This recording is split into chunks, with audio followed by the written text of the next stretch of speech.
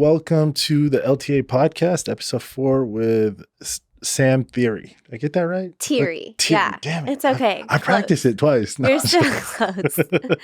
I always say it's teary, like you're crying. So that it's spelled differently, but thank you for the introduction. It's great to be here with you. So the reason I wanted to talk to you is, we talk a lot about like different performance enhancing stuff and different just ways to like better the body. Totally. Some of the natural things, some of the like pharmaceutically enhanced things. And I just want to, hit a couple points. Yeah, it's exciting. It's good I appreciate the platform to sort of discuss some of, my thought processes and how I practice as a practitioner and things like that. And sort of hopefully some belief perspectives that will continue to evolve. Mm-hmm. So I think that's really great to get on a like-minded page regarding health. I always thought you were like real, you just were willing to think out of the box on some of these things. And you never like immediately just recommend, take this nonsense or do this, or just like, we'll just do that. Sure. Whereas like, I feel like a lot of people a lot of what medicine or modern medicine has become is just like a pill mill of just like, you have an ache, we'll just give you this. Here, just take some Oxy. Oh, you have like you're feeling kind of sad. Here, just take some antidepressants. Right. you're feeling kind of tired. Getting to kind of that underlying, like what's causing this issue and what are some maybe alternative therapies that we could incorporate before we go that route. Exactly. And also like, what are some of the, like with no like, foresight as to some of the long-term potential consequences of just like randomly taking psychoactive drugs without any like, what's the follow-up look like for that in 3 to 6 to 12 months, right? So tell me a little about what was your journey? Like, how'd you get into like medicine in general? Medicine, the whole thing. So we could dial it like super far back. We won't go too far. So when I was 5 months old, that's super far. Seriously, let's just start at the beginning. No, so basically, I was diagnosed with a baby cancer. Okay, so it's called retinal blastoma. I didn't even know that I would want to go there, but so totally. Sort of grew up entrenched in this, I was given this gift of life. How can I help repay that, right? How can I study and become, a healthcare professional? So that journey took a whole, spiel. I thought I wanted to go to medical school, and then I thought I wanted to be a nurse of anesthesia where I would just put people to sleep all day. And then I realized like I like to talk too much to people and get to the root cause. And then, sort of since the pandemic, being a healthcare professional is much more stressful now with some of the, anxieties and things that's come with this process. But basically decided, I did want to talk to people then, right? Like now it might be nice to just put people to sleep for a living, prior to surgery.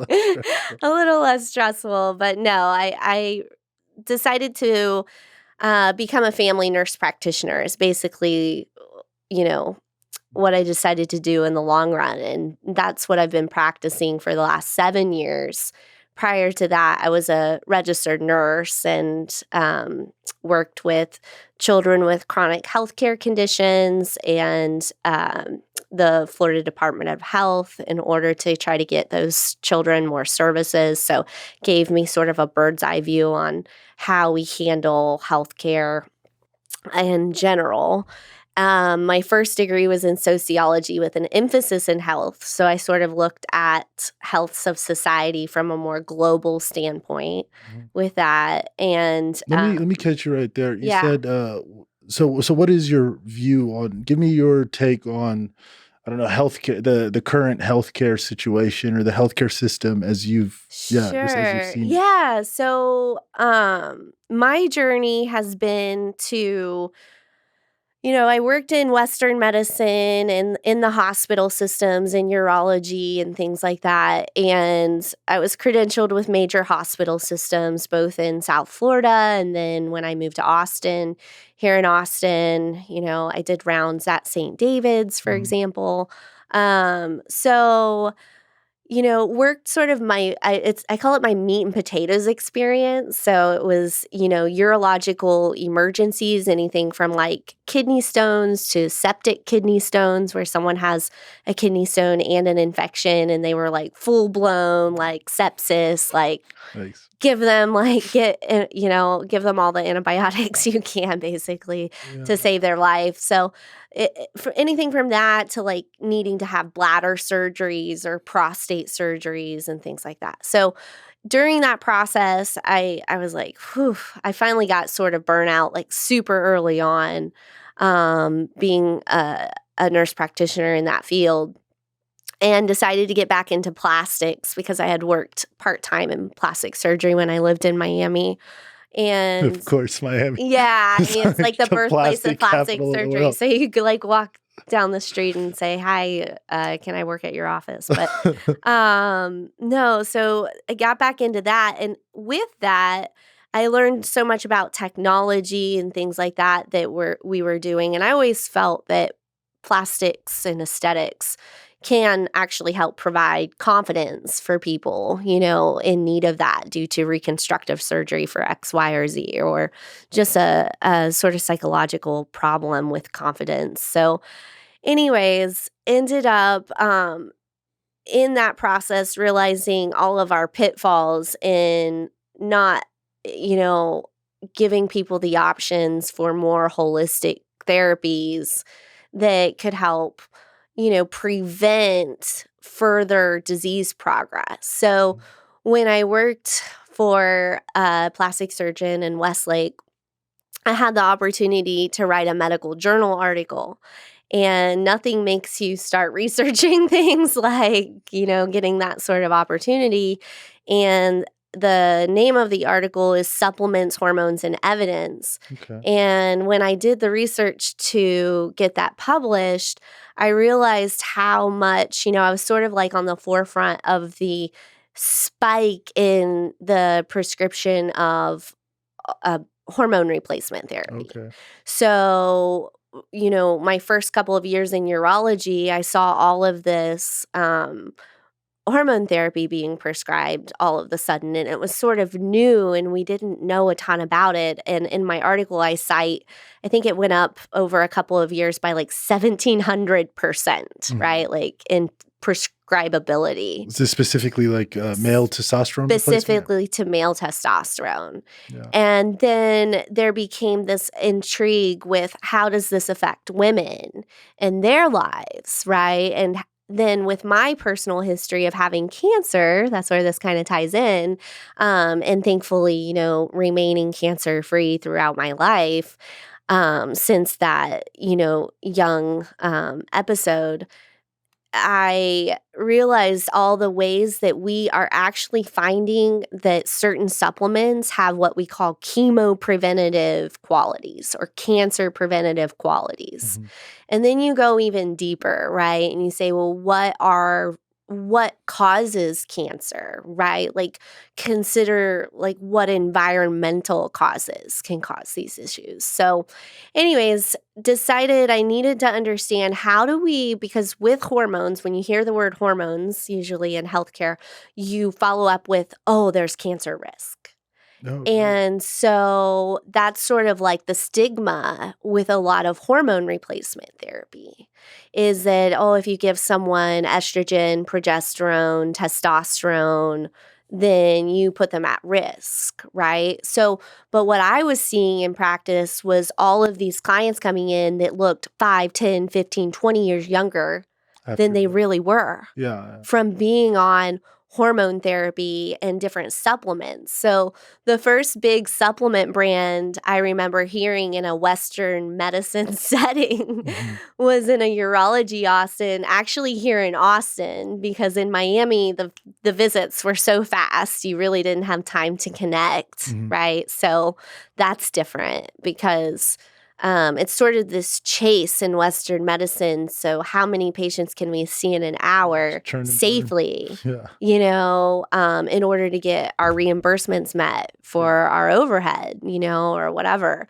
And then suddenly in Austin, everything's a lot slower paced here than it is in the No, East that's Coast. for sure. So it became sort of like this evolution of me being able to cultivate a better clinical skill with conversation with patients, because a lot of our patients here in Austin are super educated.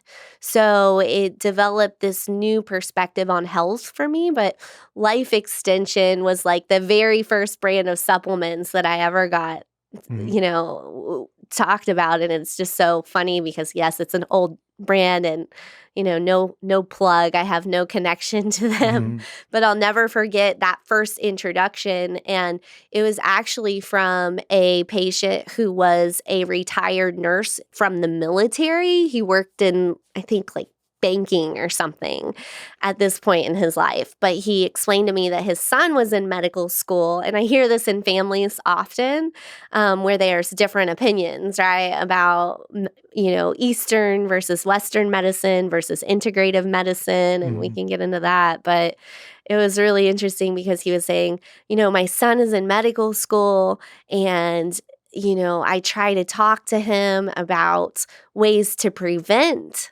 chronic illnesses, and he doesn't want to have any part of it. Yeah, that's interesting that the shift seems to be now that like medicine isn't about like health or preventing stuff. It's about treating things after they already like become a problem. Right. And I mean, yeah, I don't know, like I don't know if that's just purely the hazards of having profit incentivized things, but then the counter argument to that is like, if you don't have profit incentive, well, nobody's gonna figure out the good shit. Nobody's gonna figure out the new. Yeah, and I mean that's kind of like that's super large scale issue, right? With like how do we provide healthcare, right? Like from A to Z, and it's very complicated, and it's much different what you're permitted to do. With our practice, we don't carry insurance for consultation because a lot of the recommendations that I have wouldn't necessarily fit within the box of specific types of consultations that are allowed to be billed for, right? Yeah, that's the whole insurance side of the medical business now. I mean, I try and know as little about it as possible, but it seems like a huge like cluster. Yeah, and then, it's kind of like a decision you have to make as a provider, and then that sort of can cause limitation, right, to people's access to no, for sure. You what have to you be can within. You have to like right. operate within what their insurance allows or deems like a viable treatment for this problem or a viable right. So you start to become boxed, into what you can recommend and what you can say. And, as I recommend a lot of supplements and vitamins and lifestyle recommendations. And so we go really far into depth on that. And when I first see a patient, my first goal is to meet you where you are, right? Because someone who's a 55-year-old male, with issues with low sex drive and history of cholesterol and diabetes and X, Y, or Z is going to have totally different complaints for me than a 25-year-old female who has, some hormone disruption of some type. So, different habits, right? Different things. So it's sort of stepping into that and then understanding what you're going to be compliant with. And some people are going to change their lifestyle and some people aren't. I want to rewind a little. You said something you said that you saw a massive increase in the number of people that were looking for TRT or hormone replacement therapy. And then it really started taking off. And I did notice this. I mean, in the early 2000, like 10, 11, 12, I don't think TRT or hormone replacement was like, it was very like uncommon, or I think honestly most of the like the the user experience, like the actual information about like these TRT protocols and different like what to do with anti-estrogens and all these things were basically only on like the steroid forums, the Reddit forums. It was like these protocols already existed almost, but it was in this niche like community of bodybuilders, and they had like they were all doing TRT in this same way, but it just wasn't like medically like mainstream. Why do you think that there's been such an increase in now is it why do you think there's been such an increase in demand for male TRT Totally. So I think, it's interesting that you mentioned about the bodybuilding forums, and I love weightlifting and, fitness in general. I swam in high school. I'm only 5'2", so I wasn't a very good swimmer, but I've always really, tried to make fitness part of my life. And that, I think, has driven a lot of my research. And then also that's really driven a lot of the research in healthcare in the right direction, right? And so those people who are fit, who are seeking more answers, like, this is wrong with me. Why do I feel like this when I'm fit? What else is there, right? So, and that's where we learn more about mineral deficiencies, which I'm learning a ton about right now. And then, but basically, what happened was that people started talking to each other. Oh my gosh, I feel so much better on this therapy. And next thing you know, he's telling his friends and they're telling their friends. And then it's becoming more widely discussed on platforms. And then it sort of drove practitioners to have to learn this specialty, right? And really sort of understand, how do I safely do this? Yeah. Do you think that let's go a little layer underneath. So I've read a bunch of different stuff lately, and if you look at like the average testosterone levels in men in Western society, it's just like a downward slope. And then if you look at average sperm counts, it's also going kind of in the same way. And there's like a lot of possible explanations for these things. I mean, hey Mike, could you see if you can find something or just some sort of data on the average like sperm count decline or the average testosterone declines in the US for men? But yeah, basically there's been this downtrend. And then, I mean, naturally it would make sense that like, oh, all right, well then there's more demand for HRT. For to medicate it. Yeah, exactly. Right. But the question is why? Why? Yeah. So I think it's one of those things that it's tough to get these sorts of things researched because they're so multifaceted, right? And so I think that's where my sociology background really like sometimes comes into the forefront of my mind, is that what's happening from a societal level, what's happening from a farming standpoint, what's happening from a nutritional standpoint, what's happening from a water supply standpoint. So a lot of people don't want to break down that health starts with your own power, right? To nourish yourself. What are you nourishing your body with? What type of fluids are you putting into your body? What type of food are you putting into your body?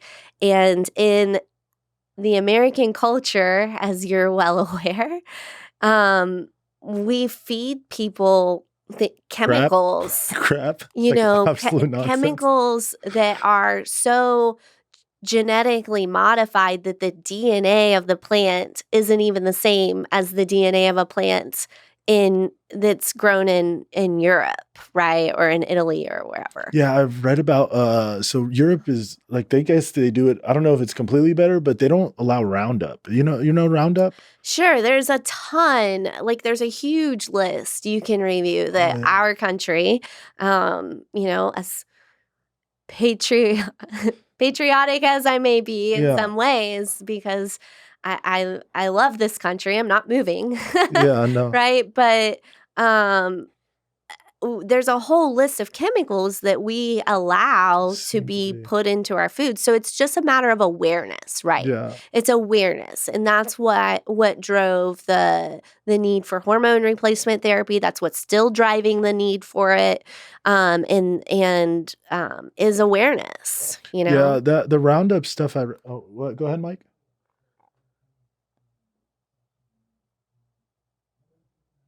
I can't hear. Go ahead, put them on. I don't want him to have to repeat it. Yeah, can you pull it up on the screen at all? Okay.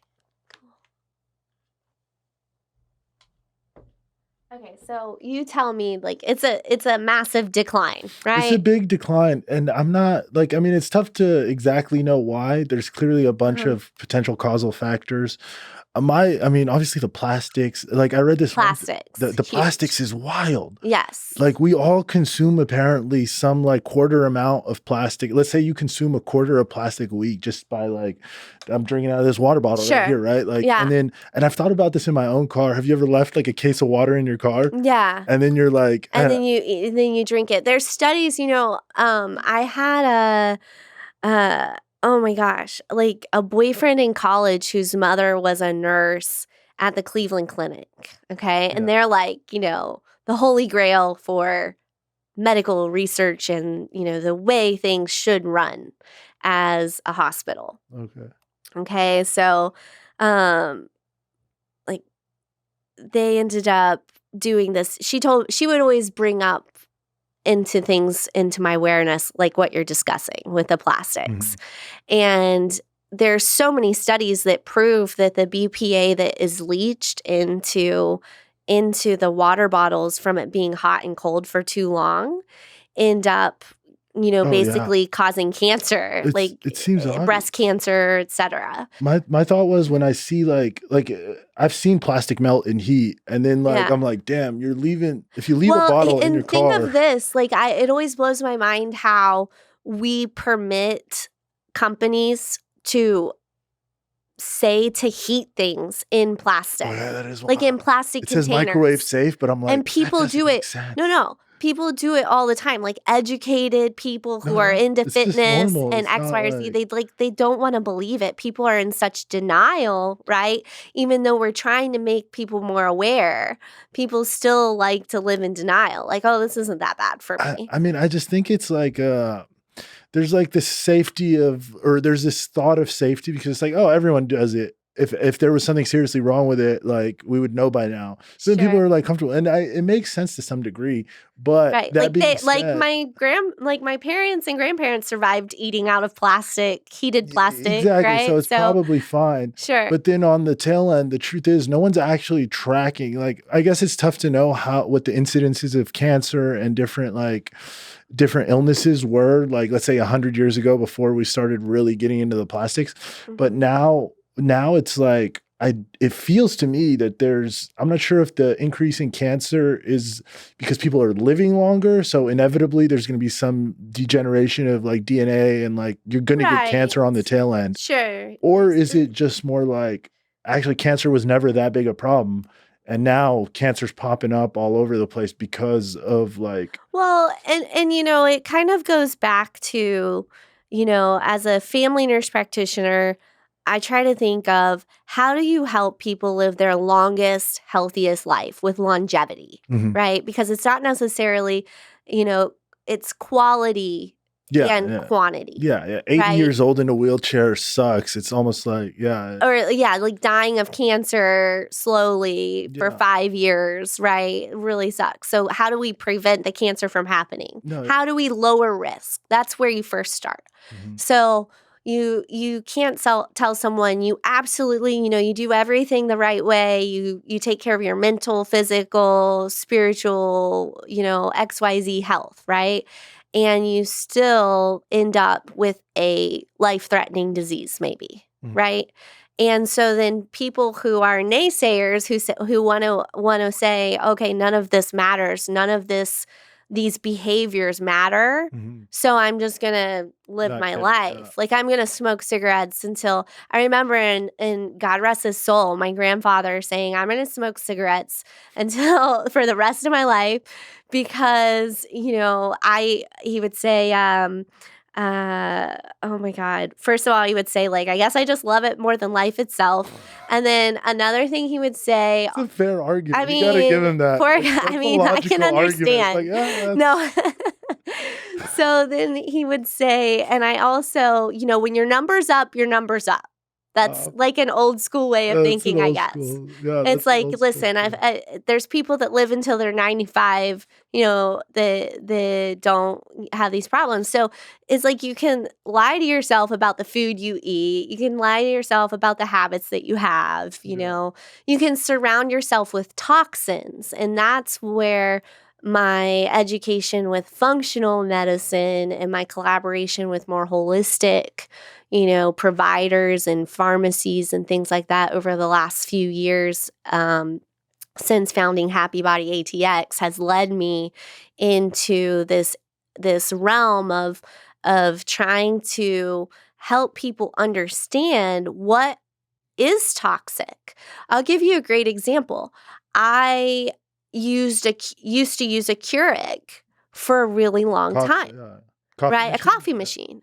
So, one day I was at, you know, we'd moved my office and there was a Keurig that was brought down from the old office and it had like black mold in the tray of it. In the water tray? Or? Like in the water tray. And it was like the gnarliest thing. And it had been in the kitchen of a functional integrative wellness kitchen, right? That is like anti-mold, anti-toxins and from a healthcare perspective. And so I remember that. And then I got to using my one at home and it sort of came into my awareness. I'm like, this is going through plastic. Yeah. Like it smells like moldy. There could be mold through there that I can't see. Oh, yeah. Right? And then I started using a French press and within a week I felt so much better.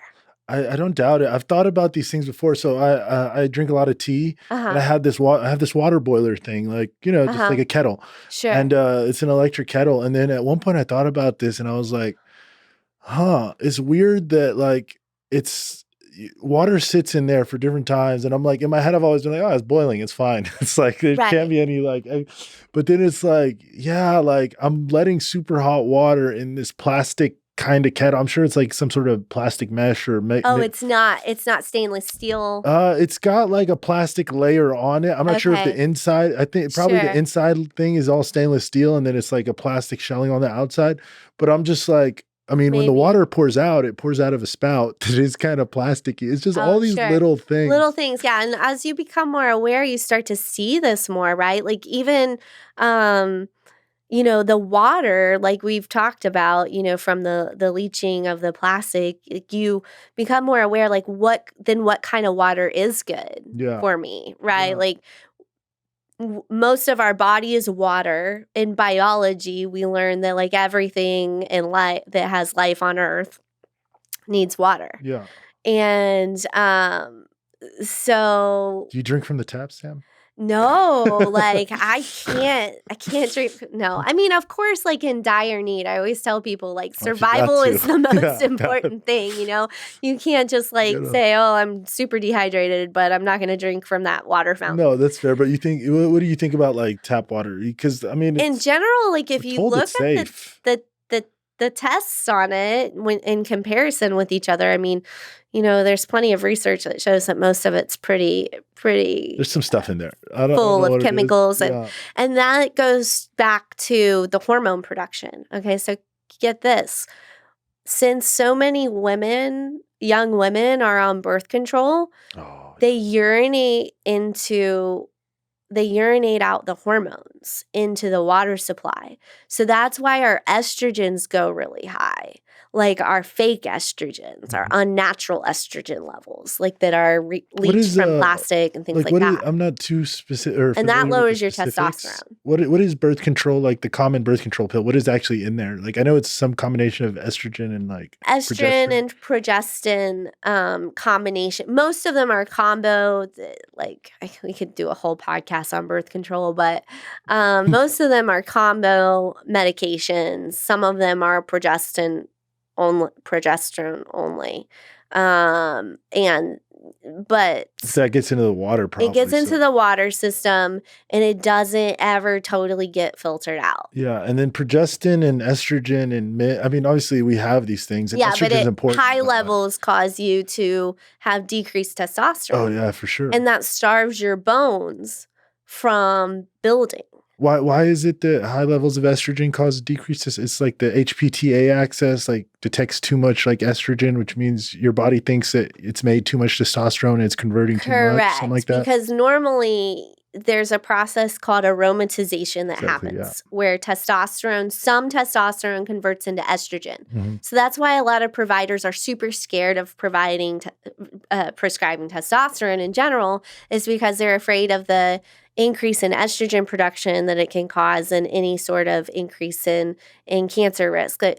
So like I have cited many times, if you have cancer, hormone therapy can cause that to grow faster. Yeah. Okay? And this is estrogen increases cancer growth? So any hormone therapy can increase a sex hormone related cancer. Okay, gotcha. Yeah, that makes sense.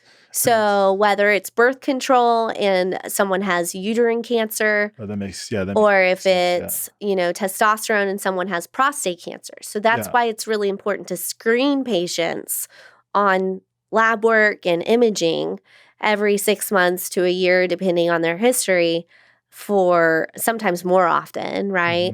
Mm-hmm. For those sorts of things. Like that's why women need to get mammograms. That's why, so again, it's prevention. My goal is to help people prevent and early detection. So prevent from a large standpoint with keeping testosterone levels optimized, we'll say. Not necessarily prescribing it, because there's ways that we can optimize through diet, through other supplements, things like that, food plans.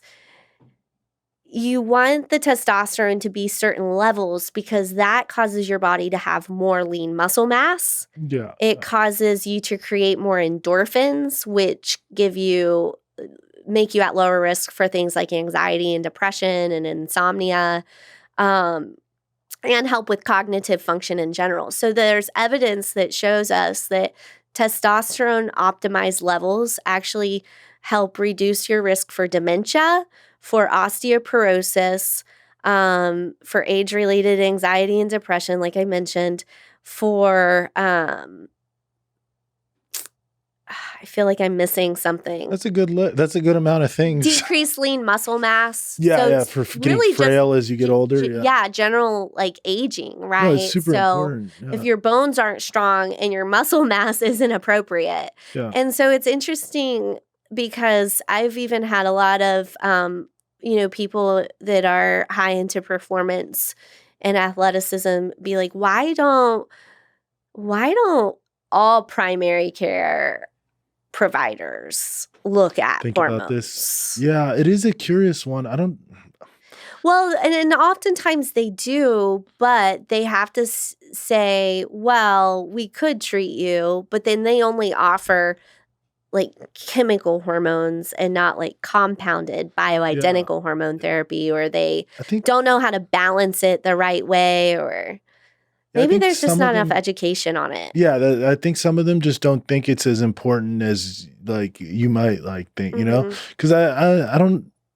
I mean, honestly, I haven't been to too many doctors where they were like, they even cared about or like thought to like, oh, all right, like, yeah, it would be really beneficial for you to be here or to have this, or checked even my vitamins. I don't think most doctors check vitamin levels or like different, like it's deeper markers. It's just like, oh, cholesterol's good. A lot of people say, in Western medicine, our goal is like just to keep you alive. Yeah, that's what I'm saying. That's what it seems like. Just keep them alive. Thriving isn't necessarily at the forefront of the educational track for us either, that are trained in it, right? Yeah. It's like, how do you keep somebody?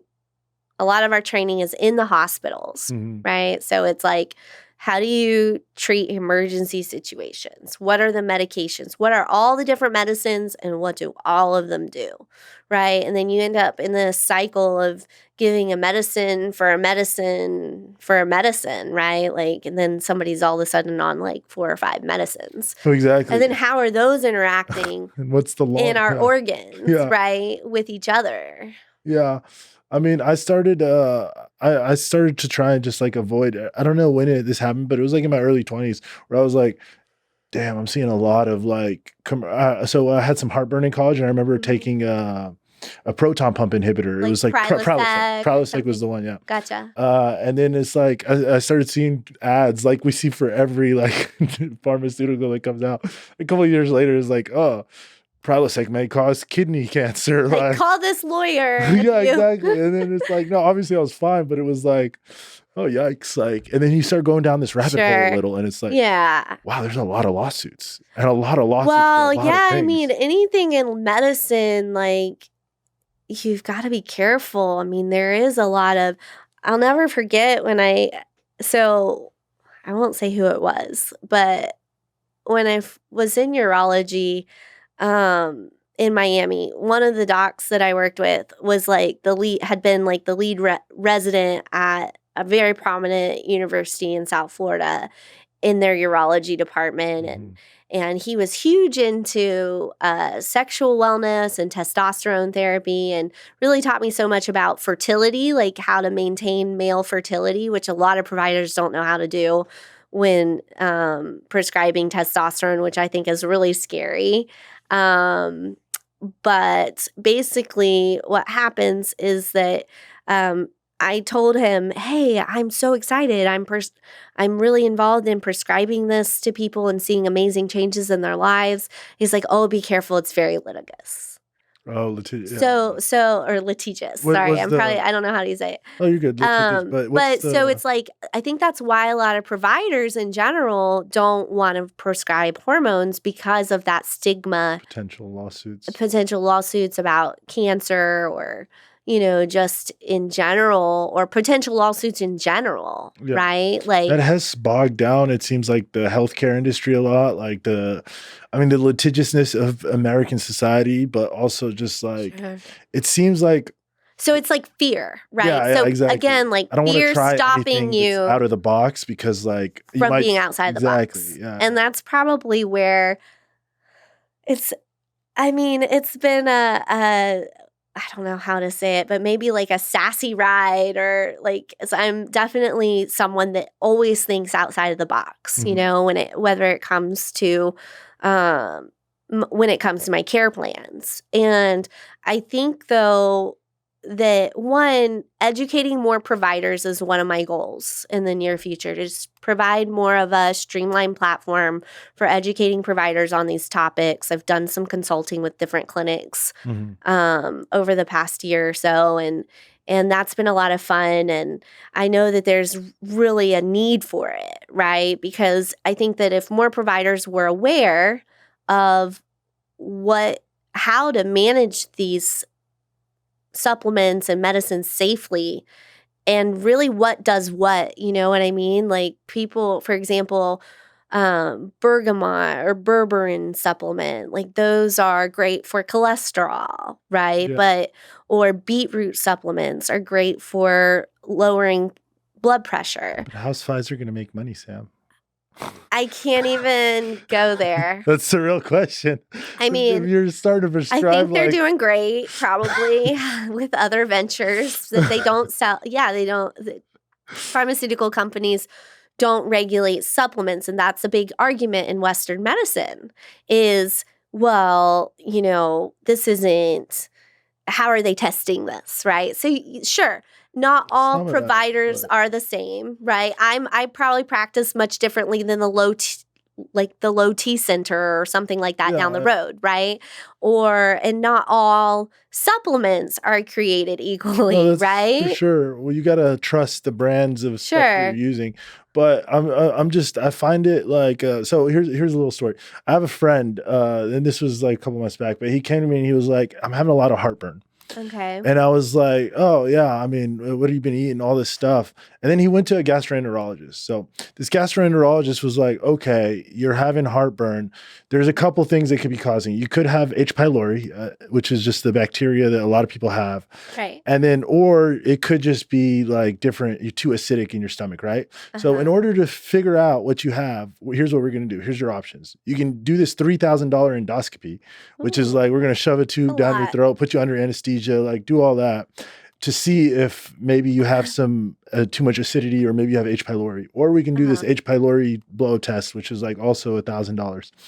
And then I was just like, I know. So then he was telling me the story and I was like, the cure for H. pylori is azithromycin. This makes no sense because To even if do you all, I see what you're saying. just To do give all him the the tests. azithromycin, Right. Okay. or but she can't do that obviously because it's like how's she going to make her money on the procedure? Like even Oh. if she's like even if he does have Right. H. Okay. pylori, Gotcha. the solution is $10 So I antibiotics. think what I'm hearing is that oftentimes in Western medicine, the treatment is much more cost effective Yes, it's than simple. all the tests involved prior Exactly. to the treatment. So why not try the treatment Why not just give first? him it's antibiotics or and then the other Okay. thing that I was like is like okay, like let's say it is like you just have too much acidity. She's going to put you on proton pump inhibitors. Sure. That's also like not a good idea. Even though I'm sure they have like a new like patented version that's not like Zantac or the most recent ones that are getting sued. But then you ask, like, I don't Well, the know, but solution to did heartburn. this provider ask about environmental causes, right? Like what kind of food are you eating and things like I that. I don't mean, know. I'm sure at that I'm point, not sure, right? but here's what I was just laughing. I was like, "Hey, the solution to heartburn is like if it's food, take a tablespoon of baking soda every morning for like a week and see what happens because it's just sodium bicarbonate. It's like literally what Tums are, except it's like an old wives' solution to like heartburn. It's been That's around so for funny. hundreds of years. I Like, didn't you're teaching me something. oh yeah, just baking soda with water. It's just Yeah. sodium bicarbonate. Like, and if it's too much acidity from what you're eating, you'll know because yeah, it'll calm down and like stop. I don't know, drinking lime juice and like drinking too much tequila or whatever it is. Sure. And if it's not that, like if that doesn't fix it, take a Z-Pack and we'll know. Yeah, Like, maybe we solve both maybe things that's it. for Sure, like I got $30. Whereas like I think that she's in insane. other countries, you know what I mean? That's what And they I would think do. Yeah, that they would never, right? They don't have access to they that. wouldn't So I waste. think as a nurse and a nurse practitioner, and I say that with like quotes, but I mean like since I'm not a physician, right? Mhm. Like I don't I was sort of entrenched in you use what you've got. Yeah. Right? That's like the nurse mentality. Yeah. And so since I'm a family nurse practitioner, I'm sort of like bridging this gap sometimes between provider and nurse. And then I've sort of become this whole thing, right? Sort of provider in my own. And so it's There's been a loss of like efficiency, it seems like. Like we've lost all sight of like, well, it's just a matter of in looking at what costs us so much money in healthcare. So Yeah, maybe exactly. working with the Department of Health and Medicare and Medicaid made me like my mind open up to just this. a waste. Okay. And like what surgeries do they cover? What do they not cover and why? And Mhm. I could go on. Like I had a patient recently who I don't know. Apparently, she told her hip surgeon that she's smoking cigarettes, and he like fired her as a patient last minute, right before her surgery. Really? And so then she's Oh, like he does. scrambling to find a new surgeon, and she's like flying to Mexico to get the surgery for like $15,000 or Do you something think he like just that. didn't want to? He was like, oh, if something complications happen, I'll get sued. So I'd rather. I just don't not really touch her. know. I mean, there's so many like moving parts, right, to analyze there, but it's just really interesting to me how one, things can cost a lot less in other places, right? Like how do they do that? How do we make it more affordable? And then also look at all the wasted finances. Like how can we do what's safe for the patient while meanwhile not charging them thousands of dollars for tests that may or may not be needed? Why don't we try the less expensive route first, right? So I think it's multifaceted on it. And I don't want to like this gastroenterologist, I'm sure was great, but I think it's a two-pronged problem. I think one, it's like you said earlier, the litigiousness and the like potential for lawsuits. It's CYA, like cover your ass. Yeah. It has caused a thing where like you'll go into a doctor I with didn't some small do this ailment. test, then Exactly. they could sue me that I things, didn't check so for you'll it. do a lot of unnecessary things. 100%. Yeah. And there's that. And then the other side is just the reality of profit. Like doctors make money on procedures, not like on your $100 consult. Like her giving him a prescription for antibiotics and sending him. And I mean, that's not an unknown factor. Most physicians that are able to be successful, particularly in private practice, are surgeons. They're right? So surgeries are... They're seeing patients and then referring them to their surgeries. Yeah, exactly. And they're getting, I mean, it's a whole thing. And that's why family practice in general, like a general family practice, is one of the least paying probably professional professions that there is. I think of doctors there, but they make the least. It's like family practice and pediatricians, and then maybe really psychiatry, tough. But psychiatry's got a whole drug racket now, so I'm sure they've moved up. And you know, that's how our country operates, is off of private practices. Yeah. Right? I mean, it's what helps fuel our ability to provide care that is a little bit outside of the box, right? That's the good thing about it's everything's a double-edged sword. You can't because then if you you've seen how you just told me how wasteful like some of the Medicare and Medicaid stuff is, and there's so much like bloat around it and so much like different nuances that it's like that would scare me a lot too. If everything was just like, if we had like the universal Medicare or whatever, I'd be like, oh yikes, that's another. Then we're being, talk about a streamlined box. Exactly. You can only get this. This is the these are the protocols. Exactly. If you look at Canada, the National Health Service in the UK, it's like if you have this, here are the only approved things. And it's tough for us as a culture of innovation. To even fathom that we're being told what to do in any way, shape, or form.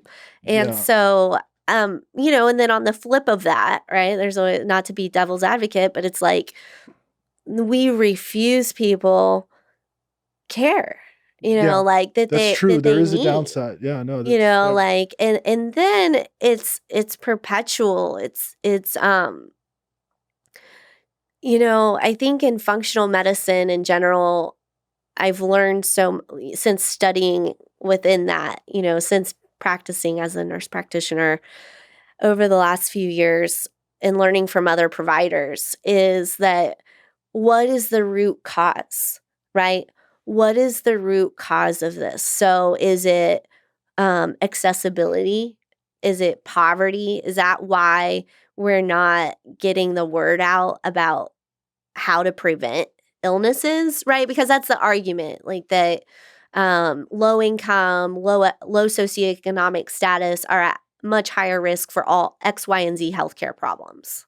Yeah. The counter to that is like we have a unique problem in America, Australia, in the West mostly, where like if you look at other countries that are impoverished and they all live in like this low socioeconomic status, we have a completely different set of healthcare problems, or health problems specifically. So it's like, yeah, sure. Oh, you're like comparing our low SES health status to another country's low SES. Exactly. Like the lowest rung of the American like population gets better healthcare than like the best rungs of some other countries. Yet those other people live longer and like do better. Like we don't have great healthcare outcomes in the US, even though we spend the most by far. You've heard about the blue zones, right? Have you ever heard of that? So since becoming I guess I'll say I'm a longevity biohacking specialist at this rate.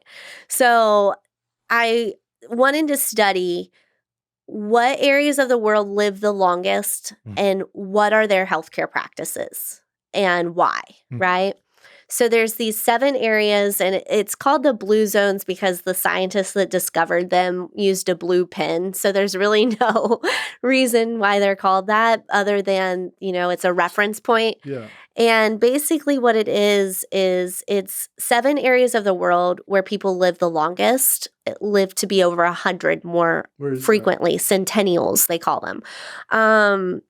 So there's a couple places in Japan, Seventh-day Adventists in the United States, which, like, of course, they're not, like, drinking or doing anything. Yeah, they don't consume any of the poison. They're, like, living off the land, like, so, yeah, sure, they live a while. So, and then there's a place or 2, I think, in Italy, I want to say. Oh, my gosh, you put me on the spot. That's okay. But, so there's 7 places. So one of the things about them, though, that is interesting is understanding, like, their ways of life and, why they live to be as old as they do. What are their daily habits? And a lot of it does have to do with mindset, and perspective, and not feeling so overwhelmed and stressed, and having a sense of community is a really big being helpful. Yeah. What's the obesity rate in this blue zone though? So the blue zones are like the ideal health zones. Yeah. So like there's like wagering they have low obesity. Yeah, it's very low. Yeah, and I think like if you honestly wanted to fix America's health problems, I believe in the 80-20 rule, which is like kind of just a quick way to say that like you get 80% of the results from 20% of the work, or like there's a few there's a few high value items that usually can give you most of the things, right? So like for instance with working out or fitness, right? If you do the most basic things like exercise regularly, eat just pretty good, like it doesn't have to be perfect, and avoid excessive like poisonous substances, be it alcohol, smoking, drugs, whatever it is. If you do most of those 3 things, you'll get 80% of the results. Like, sure, you can do cold plunge and sauna, and like there's like a whole slew of potential. Step it up a notch. Yeah, that can get you to like even higher. But if you do the big movers, then you'll get most of the results. And this applies, I think, in business and a lot of different aspects of life. Sure. But for health, I think those 3 things are like the biggest things are like, 1, be at a reasonable weight. Because if you just look at the trends on the weight thing, the obesity thing, it's like, it's obvious. Yeah, and then I go back to why. Yeah. Why? Because they're reaching for foods that are poisonous. Why? Because it's quick and easy. It is. Why is it quick and easy for people to reach for those things? Because they're in denial or they're not aware. Yeah, right? No, they're either in denial or they're not aware. It's also part of the culture. It is what it's like when things become like if everyone around you is eating McDonald's, then it makes sense to eat McDonald's. It's perfectly, you grow up with that. Exactly. It's hard to like it is the culture, like because even like fast food in different places of the world, it is not the same or treated the same as it is here. Sure, like, it's more of like a treat. It's a thing. Yeah, it's like not. I mean, I've been in Europe a bunch, and like you go to McDonald's in Europe, you go to like any fast food place in Europe, it's not the same thing. Right. It's not the same experience. So. And unfortunately, that's just, all of these fast food restaurants, unless some of them go out of business, which is entirely possible, they're not going anywhere. No, but we could choose to not eat there. Exactly. And that's the choice, right? No, so health, it has to be a conscious choice. Yeah. A commitment.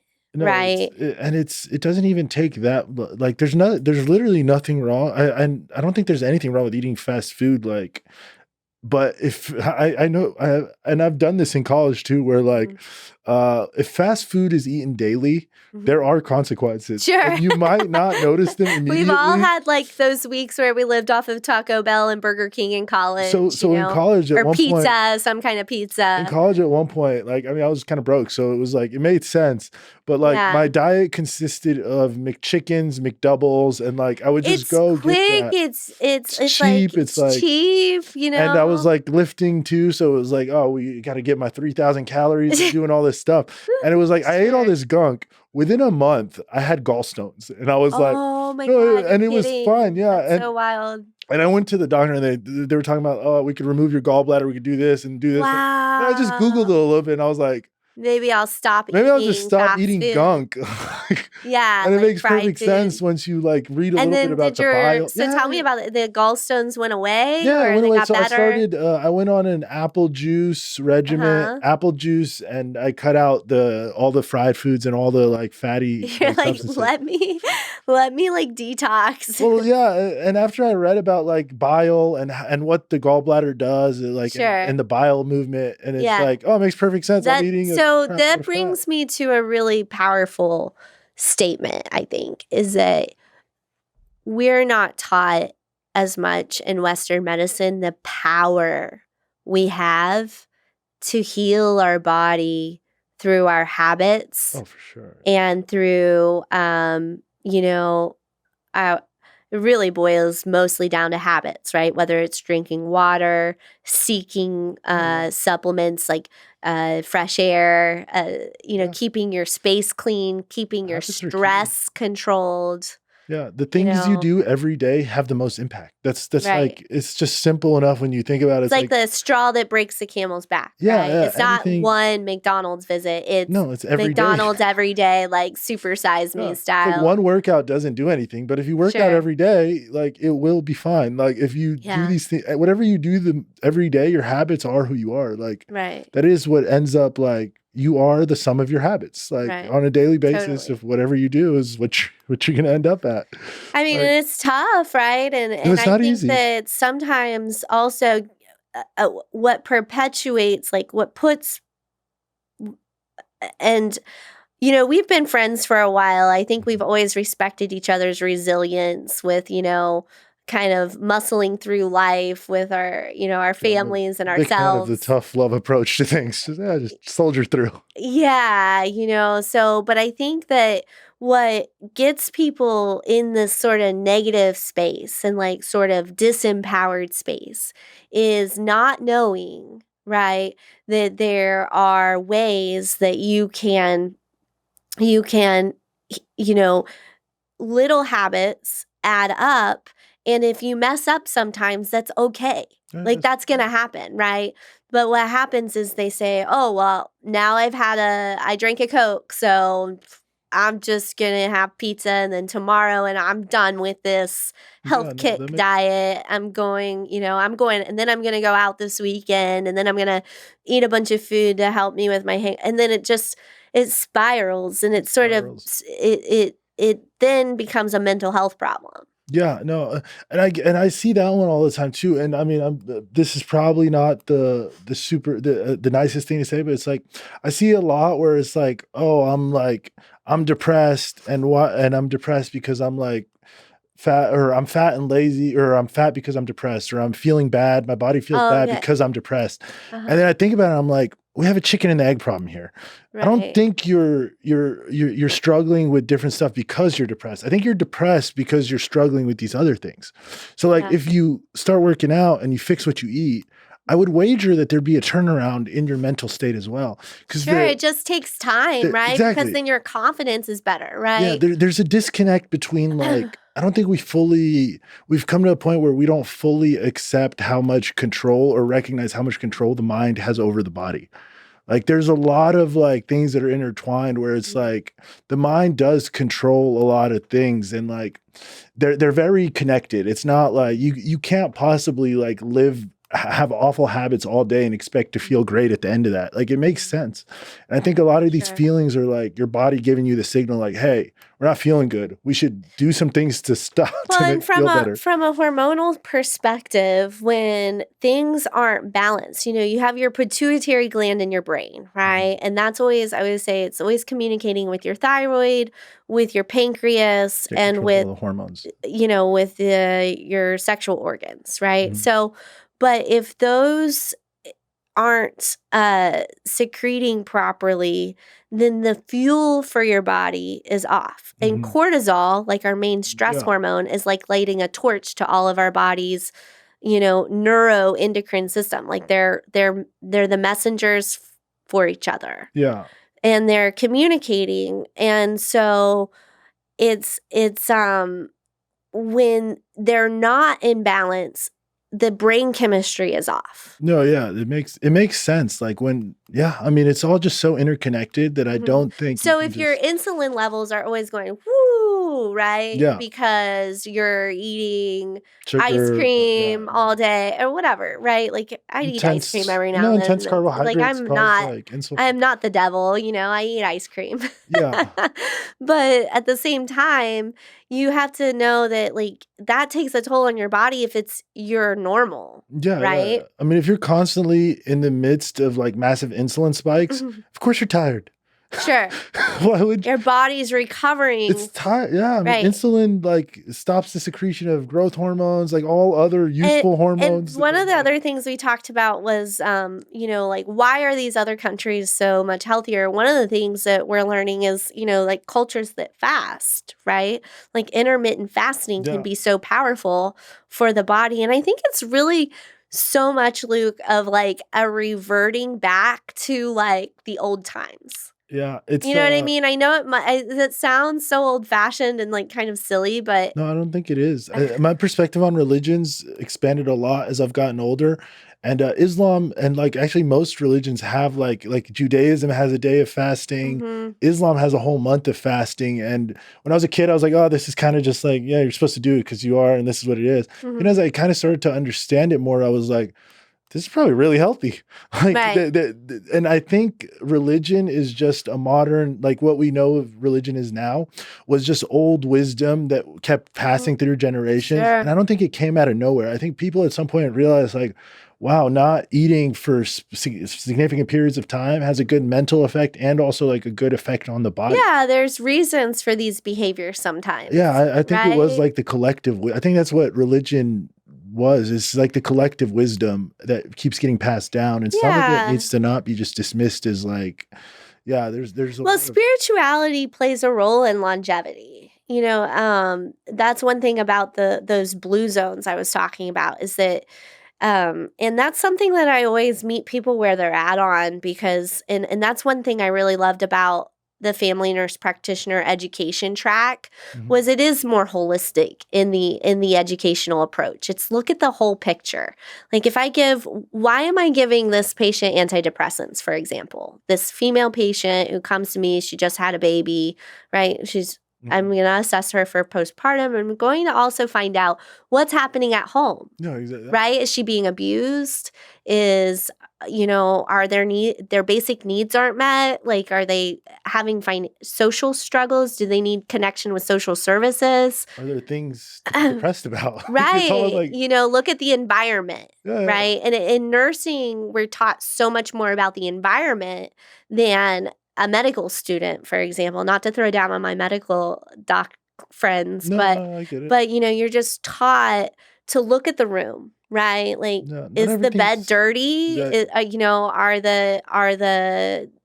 the drapes like falling apart? Like that doesn't make you feel good to look up and No, and that see makes that, perfect which is the sense. same reason why confidence and being fit and you know l- reducing the crappy parts of aging, for a lack of better way of putting Yeah, it, yeah, is obviously better for your mental health, yeah. right? Well, I mean, I always thought of depression as like, or being sad as like your internal signal to change something. Like, Mm-hmm. and it's like if you're in a bad, like a rough patch of life, I think it Sure. makes sense to be depressed. I think Yeah. that's the only Like way of your understanding brain how to process signaling emotions like, without stigmatizing yourself for having yeah, them. exactly. It's like Sure. okay to be depressed, and but the key with that is like I think people stopped listening to their minds like signals of like, all right, you're depressed. If you fix these things, you might like you probably What won't is be in your power to change, exactly like right? what can you And fix? and Like if you've gone through all those and you still feel terrible, then sure, you're going to need some no, type yeah, of treatment. some percentage of people will Something. need some Something. chemistry. Like, but Yeah. I think for most people, we don't need chemistry actually. You need to like, I don't know. I mean, whether it be talk to a Well, I pastor mean, or whatever, yeah, just fix your if you look at so much, I was even thinking from, I go back to biology because I like to make analogies, but Mhm. you're not going to plant a beautiful, you know, plant in a puddle of oil, for example, and expect it to be able to grow. Okay. Right? So if we don't address environmental causes in healthcare, that's basically what we're not, that's a huge piece of the puzzle. Yeah. Right? No, like if this person, you know, I was talking to a friend the other day and she was just like super upset, and she was describing that, you know, there's like animal feces like falling through her ceiling, like the landlord's not doing anything for her. Like she doesn't know what to do. I hear him. I'm like, oh my God, my heart goes out to you, one, because this is your home. This is your environment. And as we were discussing it, it was like, well, you, why don't you just call your, she was like, well, I have renter's insurance, but, and I got into an argument with a property manager about that. And I'm like, why don't you just use your renter's insurance or have them see if they'll cover it? She's like, oh, I never thought of that, because she was too busy swimming in the argument with the property manager, swimming in survival mode. No, so that's where like leaders in healthcare or business or whatever have to be able to step up to the plate, look at the big picture here.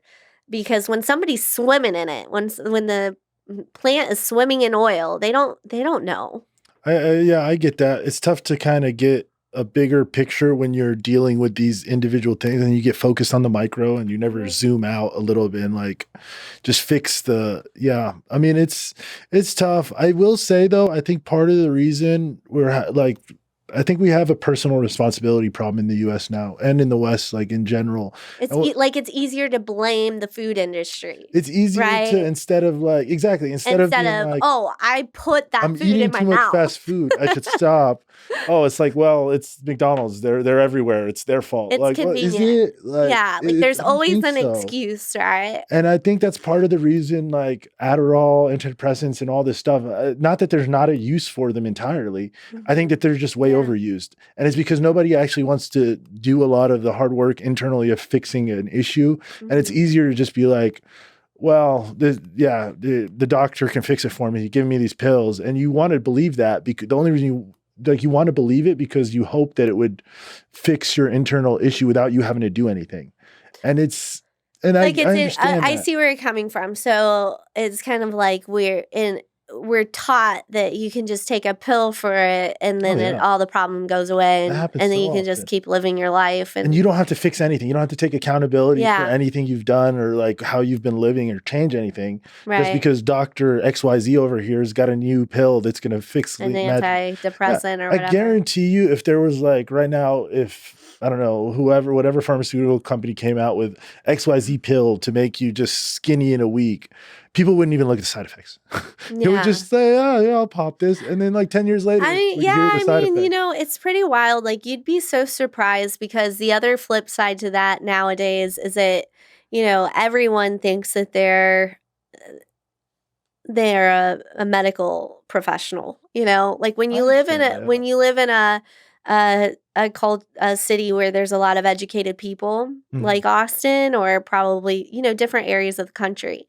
You run into quite a bit of people who are like, well, I went on Google and I saw on WebMD, and now I have these questions for you, or I think I need this or that, right? And then there's a little bit of like disconnect, you know, that goes on, and a lot of like pushing to prescribe, I guess. No, there is. And that's, I mean, I'm not saying that, like, I don't think that the entire pharmaceutical situation is to be blamed on like doctors or pharmaceutical companies or people. It's like a mix. It's like people want these like easy solutions. The doctors are happy to give them supply and demand, right? Exactly. Like, it didn't come out of nowhere. The issue. There is a demand, and the internet has made it where a lot of people can go online, they Google something, and they come in like, oh, I know this, discounting like years of experience, and like they're also like internally biased because everyone's biased. You can't possibly be looking at your things and like,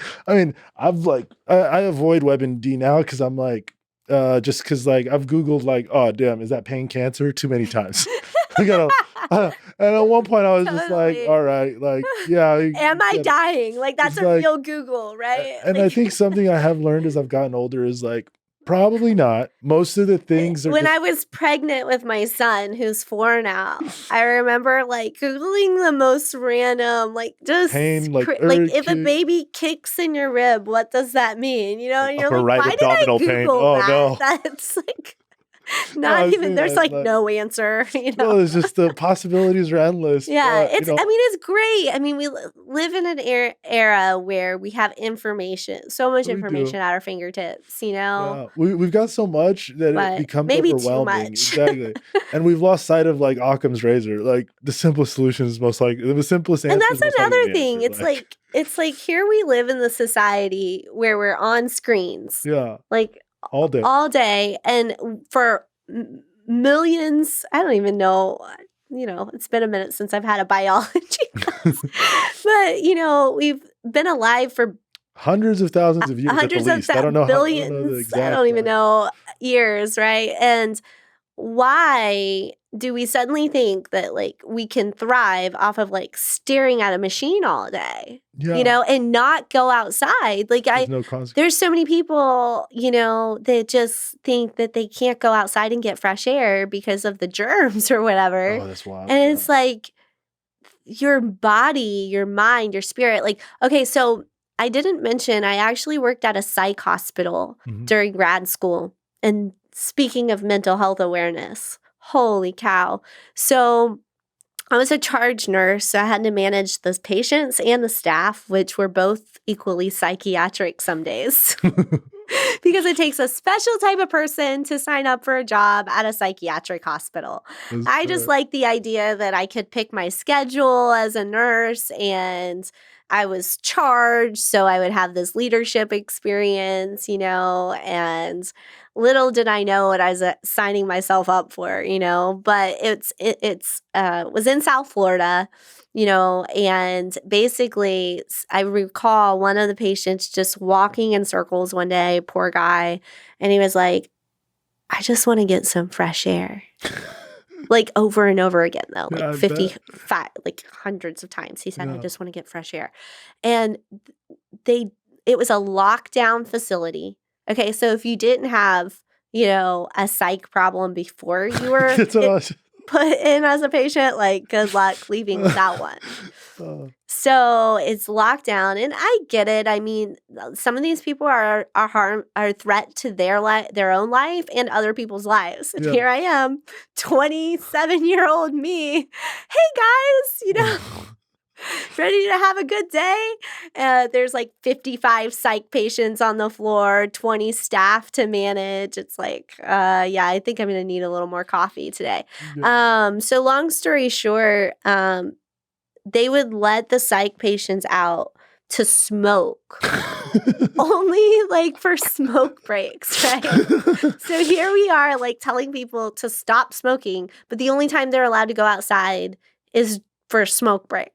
And it's like basically like a cage, right? Yeah. Like they're literally a block away from the beach, from Fort Lauderdale Beach. Oh my God, it's like one of the torturous. most beautiful places, right? Yeah. Yet people are locked in a cage at a psych hospital there. That's wild. Right? Like, and I just think now, like, how like glorious would it have been to just safely take those patients to the beach for like an hour a day or something? You know, I mean, Yeah, it's tough. how much of a harm? But I don't know. Again, like the CYA, like, is that's obviously not going to get Probably a part of it, reimbursed, like, but yeah. or maybe it's not safe. I don't know, but there's just so many ways to heal besides, you know, locking Yeah. yourself inside. We've discounted a lot. Like, I mean, it seems like we've discounted the need for sunlight or like just normal, Right. like things that the human body has required for thousands and thousands of years to be Sure. healthy in any regard. It seems like, Like yeah. even water, like we don't talk about water being toxic that's not filtered. Yeah. That's not a widely discussed No, it's not. Yeah, I mean, issue in yeah, healthcare. it's like That's the majority of our body is water, so of course that's important. what is you heard about the Flint, Michigan stuff, right? It seems like that was ages ago. Hey, What Mike, was can it? you check if they fixed the Flint, Michigan situation, or are those Oh, pipes they still had full of like lead? water or okay, lead. Yeah, they Okay. had like a situation in Flint, Michigan, where all the pipes were filled with I grew lead. up in Ohio, not far from Michigan. There's some It's weird pretty stuff that close. goes on in the Midwest for sure. Yeah, all the pipes were filled with lead for like years. I mean, there's story after story, you know, like I think Nestle used to put, I don't even know what it was, like in some of their food. There's been factories that made people like lick like No, yeah, toxic for paint, sure. you know, I mean, there's just so many. Well, lead is real unique though, and I mean, this is kind of why we had to like outlaw red paint or lead paint and all these things. Mhm. Is like it lowers IQ verifiably. Like, Oh yeah, I yeah, mean, like it's lead really definitely has it. scary. Anything that's in a toxic level, Yeah, right, yeah, in the body is going to be um, super detrimental to the body. So a big thing that we see now in health is mold. oh yeah, You know, it's that's really become a forefront of our awareness. For so long, it's been poo-pooed by Western medicine that black mold and mold are everywhere, right? No, I mean, there's people that have really bad, really high levels of toxic mold in their house and they don't know it and they I breathe can it see in and that. they get Yeah. really sick, No, I can see that. It you know? happens so easily. It seems like, especially if you just don't say you live in a house for 20 years and you never look in a few spots or never really just. I mean, who knows? And what are the consequences of breathing that in for like 10 years straight in small micro doses, possibly, but nonetheless, like, can't be good. Yeah, and then it kind of takes you back to also to micronutrients and like mineral deficiencies and vitamin deficiencies. You know, how are we going Yeah. to negate the fact that, okay, we have certain levels of vitamins in our blood, right, at all times. So how can you say that that's not important, Mm, right? And so in some of my research, I wanted to look at what supplements are proven, right? yeah. Like what supplements are there? Is there so much evidence on that you can't argue about it? So like turmeric, for example, Mhm. has major chemopreventative, cancer preventative qualities to it.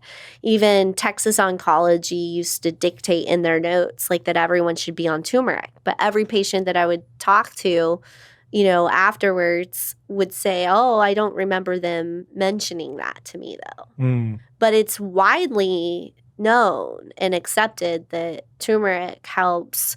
And you know, there's a lot going on in visits. I'm not throwing down on them as a practice at all. I just think it's something that if we're gonna accept it, we have to megaphone it, yeah. right?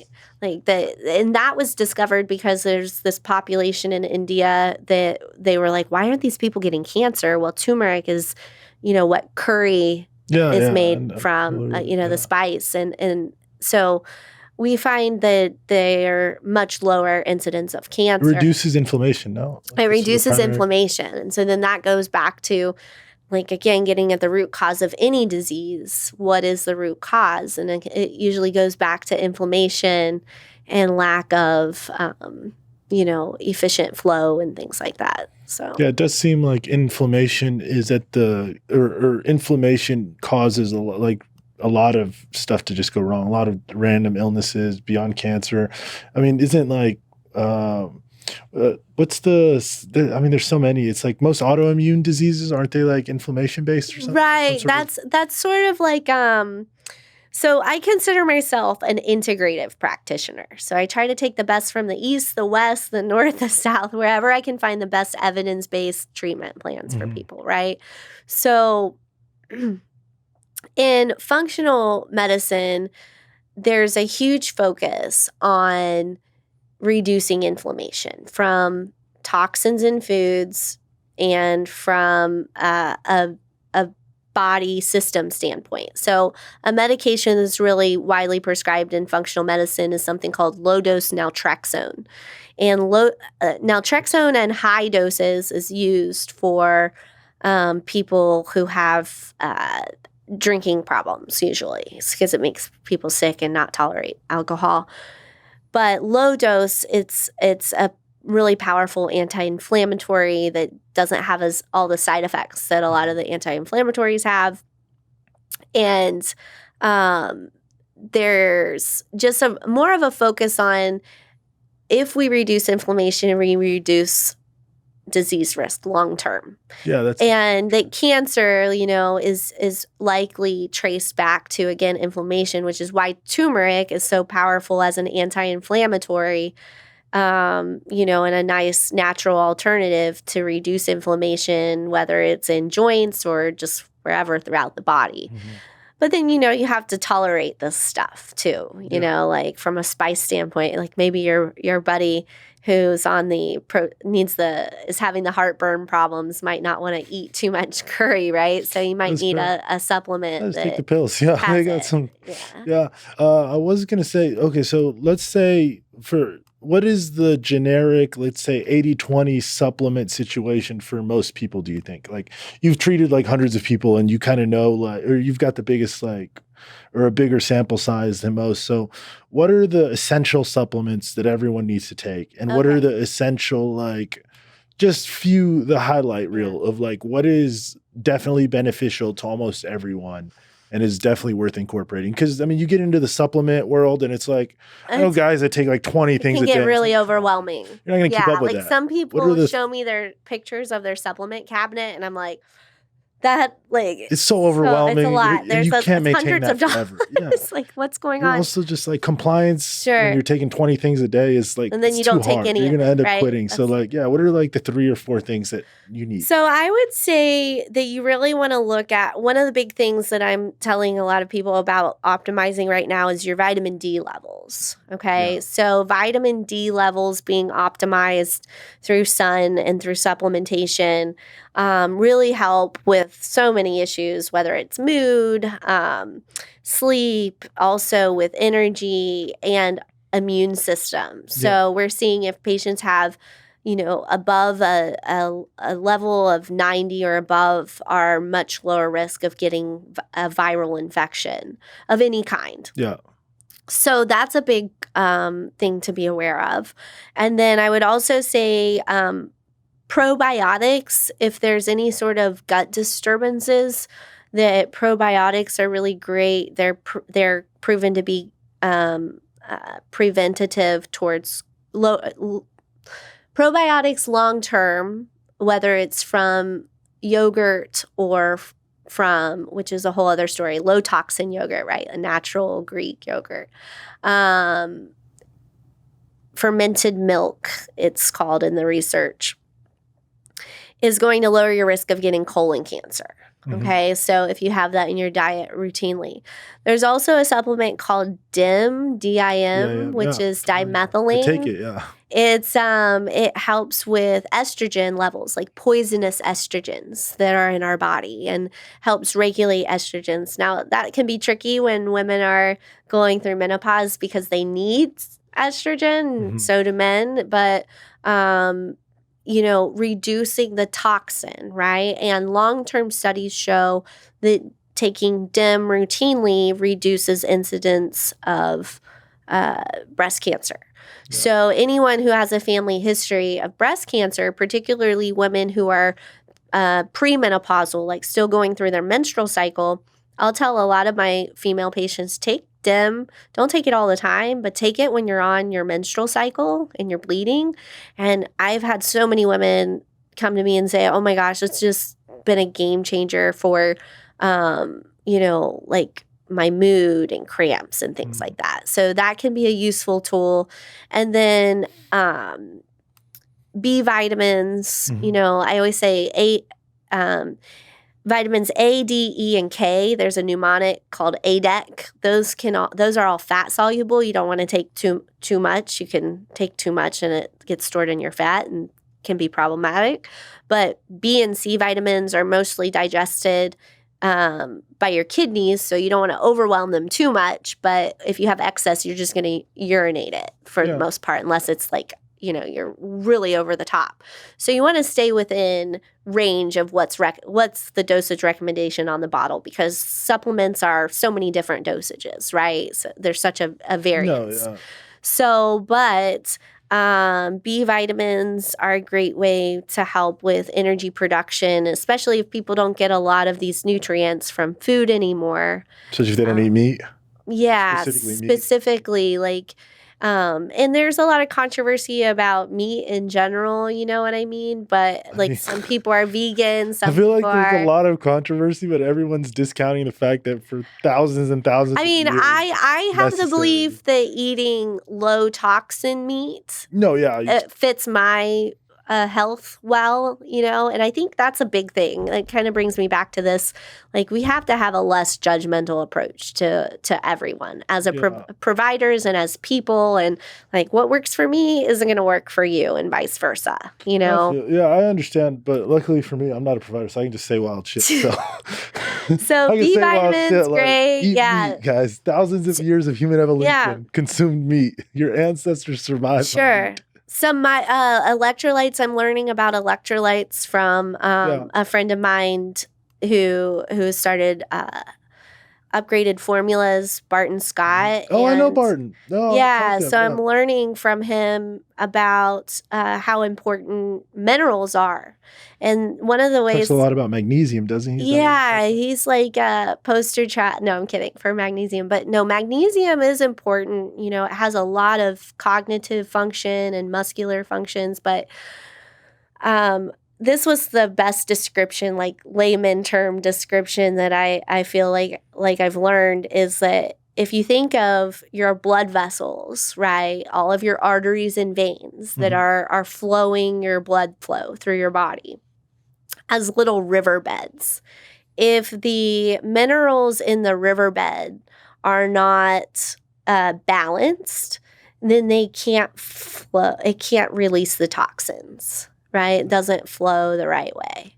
So I personally really like the different electrolyte, like the clean electrolyte packets, the different, you know, supplements.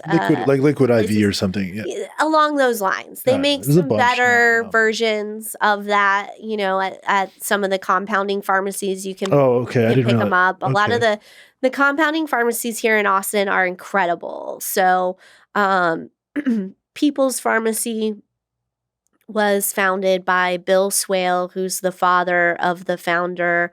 He passed away, rest his soul.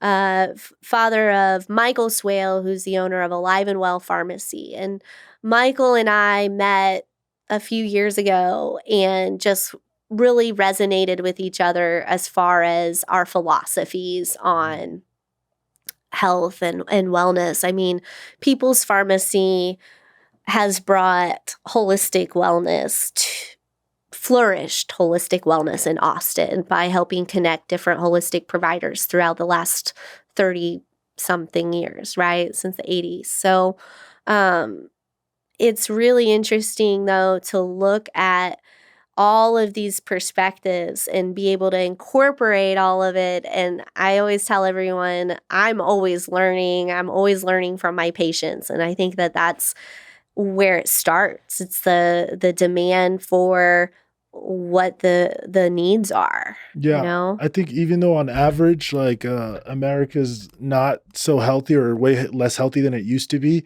on the extremes, actually, we are like, there has been a lot of movement in the like performance enhancement, but also just the youthful, like maintaining youth or like, like turning back the clock, whatever. Yeah. There's been a lot of, even like thinking about how we've incorporated Eastern medicine more into our culture. If you look at the history of yoga studios, right? So back in like the 80s, I've talked to people because I've met so many awesome health gurus, you know, that like have been in this, you know, they're in their 70s now, let's say. And they're like, yeah, yoga studios were not a thing.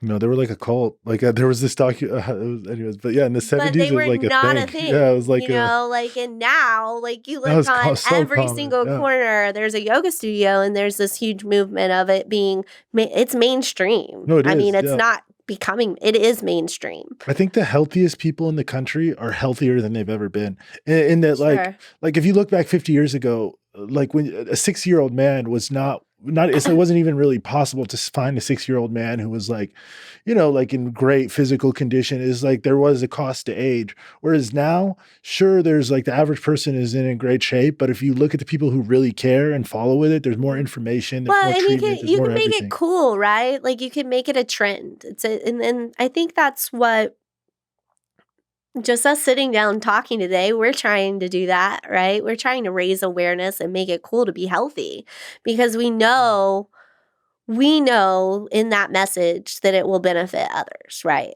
Yeah. And if you look at all of what's really out there and what your options are and how powerful you are on your own to be able to help your body heal, right? And it's all about connecting the resources. So if we raise awareness, maybe in 30 years from now, all these vitamins and probiotics and like every doctor will have to talk to their patients about that, right? Just like Possibly. everybody knows about yoga now. Yeah, but not you everyone. know? Like I think we think that more in Austin. The average American doesn't perform yoga. That's my It's an point. Austin thing. No, it's not just an Austin thing. It's like there's been in like the healthiest people are healthier than ever. They do yoga, they work out, they exercise, they eat. Sure. And this was information that wasn't even available in the 80s. Like it wasn't a thing that happened. And like the least healthy people are way less healthy than ever before. In the 70s and stuff, it was like the average person is in pretty okay shape, right? But the most in shape athletes weren't at the level that some of the just people who were like fitness people are now. Because there wasn't a lot of these resources. There wasn't HRT. We've made great strides on the extremes of like, if you want to care about your body and your long-term like health, it's easier than ever before. The information is out there. There's providers out there. There's a lot of, gyms are everywhere, yoga studios, all this stuff we know more than ever before. And for some people who choose to take advantage of that, they're going to be healthier than ever before. I would project that like it's going to be very possible for like an 80-year-old man to be in great shape in the future at some point for this generation that focuses on it. Whereas like, if you're like the people that were 80 in the 60s, there was no option to be a jacked 80-year-old. That wasn't a thing. Nobody even understood like nobody even understood. 80-year-old. Yeah, well, there was no knew possibility. We would hit like some bro words before the end of the recording. I look at like a Joe Rogan's a perfect example. Like he's almost 60 and that never existed. That just blows my mind. He looks so young and he's almost 60. So yeah. Forward. Exactly. Just like in his career, right? And Isn't that amazing? It makes sense though, because it's like he's such an OG of awareness and podcasting and now there's a bunch of them though. Like on there's a lot. A bunch of 6-year-old guys that I'm like, wow. And I saw this old lady that was deadlifting like 200 pounds. That's awesome. It was unbelievable. And I was like, okay, this would have never existed 50 years ago. It just wouldn't have been possible. The information wasn't there. The thoughts weren't there. And to your point, I watched my loved ones go through that, like my great grandmother and things like that go through the aging. She had this prescription case, I'll call it. Oh yeah. Like it was every day of the week, but it was like, for a month's supply or something, we'll say. Yeah. And my grandmother, her daughter, would go to her house every week or whenever her pills would be due, like once a month, we'll say, and just fill these up, right? My great grandmother was like literally one of the most athletic women to this day, like that I've ever met in my life. Okay. She was almost at the level of a professional golfer's level of golfing. And she actually traveled even late into her life, into her 70s, for bowling tournaments. Like she could bowl like I've never seen, like close to 300 games, like every single time up into her 70s. And I'm like, what? And so to watch her demise, right, for lack of better terms of natural aging process. To watch her aging, to lose her beauty, to lose her strength, to lose her confidence, to lose her mobility, right? So, maybe sometimes these sort of things that happen to us individually, we can use them to inspire us to research and help others, you know? Yeah. I think times have changed, and like if she like we just didn't know that you could do hormone supplementation back. Well, right. Some And of these now when things I are meet like older women who've been on, you know, Suzanne Summers is like one of the poster children for hormone I'm replacement not therapy. familiar honestly, but go ahead. Who Suzanne Summers is? Yeah. Oh my gosh. So she's like a really famous 80s and 90s Actress or something. actress. Yeah. So she's like a workout Oh, okay. person, and she also did some sitcoms and stuff. Okay. Have you ever heard of the show Step by Step? No. Okay, I'm aging myself. So I'll stop. It's not that. It's just It's like, not my sphere. Not yeah, my, like, it's okay. And so basically, long story short, you know, I think of these, I see women, right, who are like you said, like maybe not deadlifting 200 pounds. That's awesome. Look at J-Lo. Unbelievable. J-Lo, shape. 50, right? 50 plus, Something. unbelievable. And I'm sure people will be like, oh, Botox, she has all this, like, whatever. Yeah. And it's like, I'm sure there's some of that, man. She but, works like, out like a machine. I think there's a lot more going on there And than eats just well, Botox. you Like, know? that's not, yeah, she's in Yeah. unbelievable shape. And Yeah. I really don't think anyone could have foreseen that, like, you could be at that age of life and Mhm. in the shape some of these people are in now. And yeah, there's going to be a continued move to the extremes, like, where it's like, I don't know what the consequences of that will be. I mean, some doctors are saying they want, you know, 100 to be the new 30 or whatever, or 50 or whatever. You know what I mean? I feel like I'm hopeful, but it who takes knows? those kinds of mindsets though Yeah. to like No, it push will, us. yeah. And I don't doubt that they'll succeed. I mean, Stress is what kills us. what's the number one cause of death? Like is it heart problems, heart failure? Like I'm pretty sure that's number one on the list of mortality. Like the Yeah, causes of so mortality. it's multifaceted, right? Because then what is the heart failure caused Caused by- from? no, that's and fair. then a lot of it goes back to stress, No, it's a environment, bunch. obesity. But I mean, when they like figure out how to put like artificial hearts in there, like that'll help. That will move the bar up a little bit. They've done that. Yeah, they've done They're that. not good at it They're yet. What not- do they do? Yeah, like it's now? not the It's like norm bovine for or sure. like It's pig definitely heart or what is yeah, it? it's not the norm. They've made them. I can't remember what it was made out of off the top of my head, but they definitely made like a completely like man-made materials heart. Oh, like they've a completely implanted. artificial Yes, like heart. that's happened. That's interesting. I'd imagine the body rejects that, like the autoimmune. I don't think that it can. I don't think that it can. I don't know what the studies are for how long they last, right? Yeah, no, that's fair. Like, I guess when you're 90, like how long do you need to last? right? Like, Yeah, but you know, to your point, you know, I have an aunt who she's like 95 or 98, something like that, and she like still lives on her own and drives sometimes. Oh, So very, you know, sometimes maybe over 100 will become more normal than what it is now. I mean, it's entirely possible. It's just a matter of time. I could see the number of people living that long increasing while the average decreases, if that makes any sense. Like I think I could see the average lifespan not increasing too much because like that's the average. But then if you look at the extremes, I would wager that over the next couple decades, the extreme end on life expectancy can be quite high. Whereas like some people are going to make it because like just my grandfather died like 2 years ago maybe, and he was in Lebanon, and he like lived there his whole life, but he died at like 94.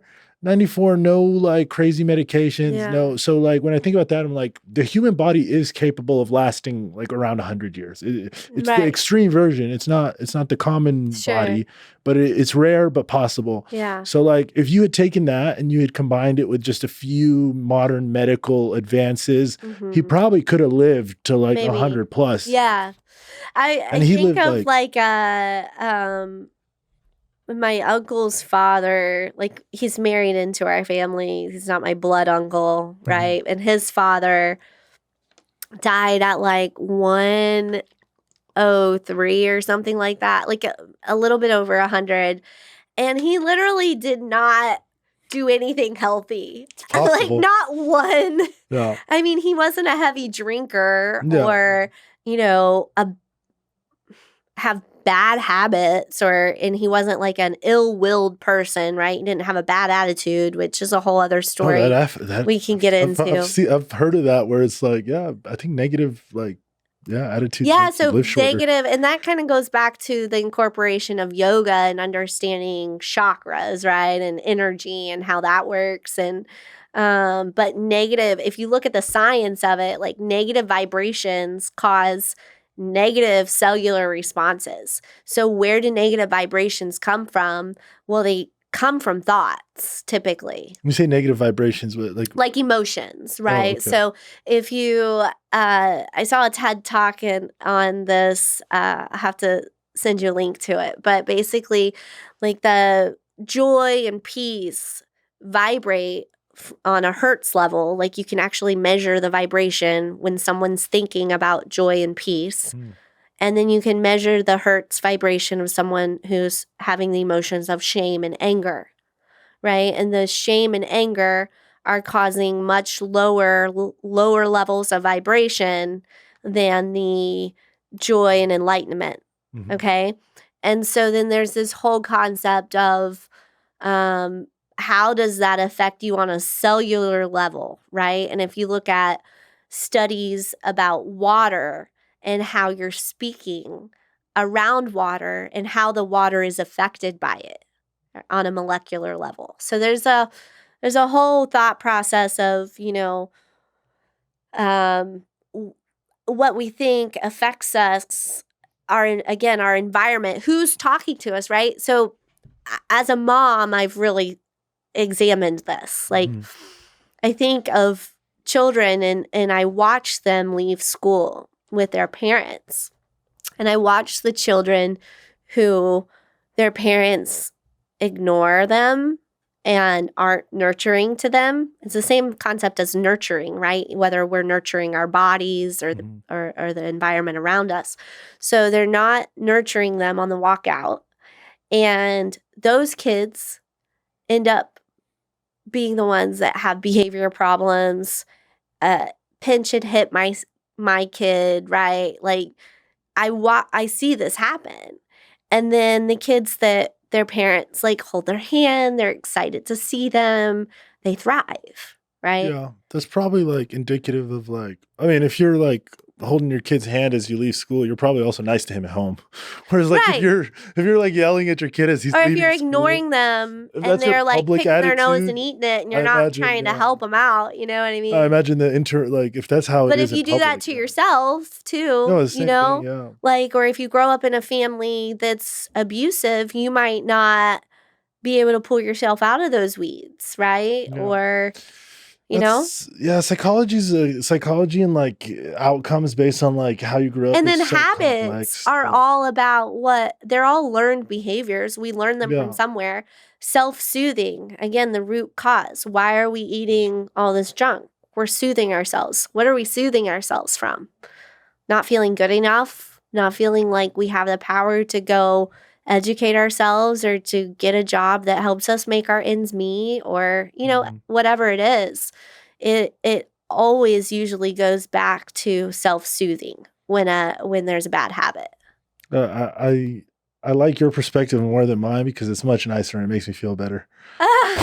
my take on these things is like way more like tough. Yeah, I don't know. I guess I grew up in a way where it was like, I don't know, very little like no excuses. There was no pat on the back. There was no like hugs. There was very little of that. Like my mom was affectionate towards me and my mom like nurtured, but beyond that, like even my mom was like hard on me in the sense that it was like, but your mom's a doctor, right? Yeah, my mom's a doctor, but she's like, they came from like the Middle East and it was just like, my mom would like, that's impressive, that she's here practicing medicine it's wild. As an immigrant. She was actually educated in the USSR. Like that's where she went to medical school. Incredible. And then when that collapsed, it was like, it was like, all right, well, that I guess I can't. Now what, right? Now Talk what? about resilience. Yeah, exactly. The country she was educated in collapsed. Yeah, and then she had to like, then we left, and then I mean that's a whole nother story. But like, if there's one thing I learned is like nobody felt sorry for themselves. Resilience. There was no feeling sorry for anyone. Yeah, and that was survival mentality, and that was your road and your path for a reason, right? I think we could we could use a little bit of that. Like, I get it. Like, life here is so good, and Yeah. it's been built on the backs of like giants. Like, Yeah. it was hard once upon a time, and we fixed it. Yeah. We fixed the starvation problem to the degree that now nobody can now we're all fat. We fixed starvation, I guess. For lack of better, not necessarily. No, but we there's solved still children that are hungry. Yeah, well, I mean, yeah, I guess there is. Which I wonder really, how. really crazy. How does that work exactly? Yeah, it's so sad. Yeah. We fixed the hunger problem. We fixed a lot of our problems to the degree where like now we're just like super, I mean, it's super comfortable. It's super pampered. It's easy to I think what you're saying, what I'm hearing is it's like we have all of these amenities and opportunities. I think